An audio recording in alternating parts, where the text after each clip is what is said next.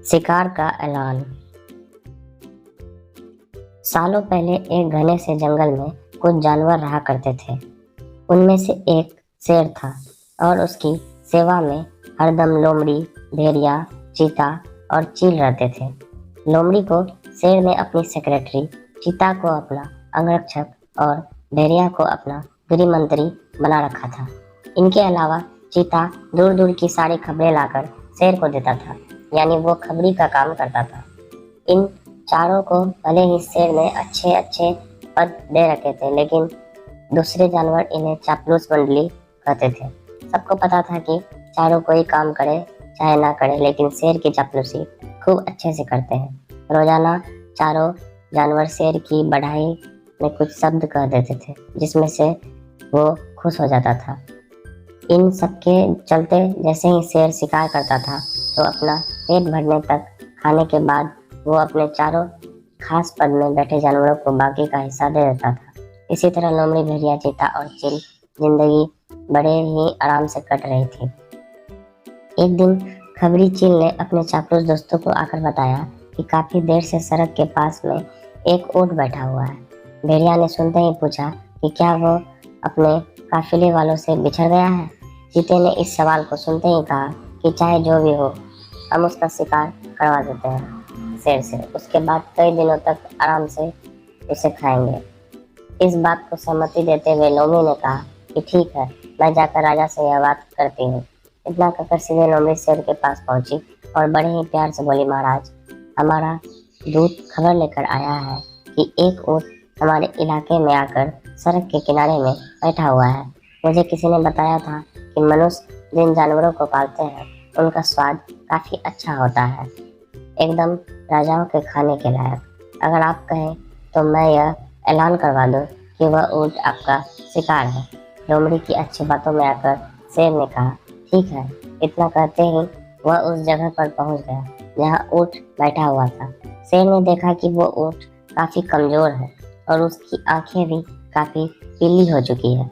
उसकी ऐसी हालत शेर से देखी नहीं गई। उसने ऊंट से पूछा कि दोस्त, तुम्हारी ऐसी हालत कैसे हो गई? कराते हुए ऊंट ने जवाब दिया, जंगल के राजा, क्या आपको नहीं पता कि सारे इंसान कितने दयाहीन होते हैं? सारी उम्र मुझसे एक व्यापारी ने माल ढुलाया, अब मैं बीमार हो गया तो उसने मुझे अकेले मरने के लिए छोड़ दिया। उसने सोचा कि मैं उसके किसी काम का नहीं रहा, इसी वजह से अब वो मुझे अपने साथ नहीं रख रहा है और न ही मेरा इलाज करवा रहा है। अब आप ही मेरा शिकार कर दीजिए ताकि मुझे इस दर्द से मुक्ति मिल जाए। इन सब बातों को सुनकर शेर काफी दुखी हुआ। उसने ऊंट से कहा कि अब तुम इसी जंगल में रहोगे हमारे साथ, यहाँ तुम्हें कोई भी नहीं मारेगा। मैं ऐलान कर देता हूँ कि तुम्हारा शिकार कोई जानवर नहीं करेगा। शेर की इस दयालुता को देखकर चारों चापलूस जानवर दंग रह गए। धीमी आवाज में भेड़िया ने कहा, कोई नहीं, बाद में इसे किसी तरह से मरवा देंगे, अभी जंगल के राजा का आदेश मान लेते हैं। ऊंट अब उसी जंगल में आराम से रह रहा था। अच्छे से हरी घास खाते खाते ऊंट एक दिन बिल्कुल स्वस्थ हो गया। वो हमेशा शेर के प्रति आदर भाव रखता था और शेर के दिल में भी उसके लिए दया और प्रेम की भावना थी। अब शेर की शाही सवारी भी स्वस्थ ऊंट निकलता था। वो शेर के चारों खास पदाधिकारी जानवरों को अपनी पीठ पर लाद कर चलता। एक दिन चापलूस जानवरों ने जंगल के राजा शेर की हाथी को शिकार करने के लिए कहा। राजा भी मान गया, लेकिन वो हाथी पागल था। उसने शेर को बुरी तरह से पटक दिया। किसी तरह से शेर पागल हाथी से बच गया, लेकिन उसे काफी चोट लग गई। अब बीमार शेर बिना शिकार किए किसी तरह से अपनी जिंदगी जीने लगा। उसके सेवक भी भूखे थे। उनके मन में हुआ कि आखिर ऐसा क्या करें कि कुछ खाने को मिल जाए। फिर उनका ध्यान हट्टे कट्टे हो चुके ऊंट पर गया। सबने मिलकर एक तरकीब सोची और राजा के पास चले गए। सबसे पहले भेड़िया ने कहा कि महाराज, आप कितने दिनों तक भूखे रहेंगे? मेरा शिकार करके मुझे खा लीजिए, आपकी भूख मर जाएगी। फिर चील कहने लगा कि राजा साहब, भेड़िया का मांस खाने लायक नहीं होता है, आप मुझे खा लीजिए। चील के पीछे धकेलते हुए लोमड़ी बोली, तुम्हारा मांस इनके दांतों में ही लगकर रह जाएगा, आप इसे छोड़िए, मुझे खा लीजिए। एकदम से फिर चीता बोला कि इसके शरीर में आपको सिर्फ बाल ही मिलेंगे, आप मुझे खाकर अपनी भूख मिटा लीजिए।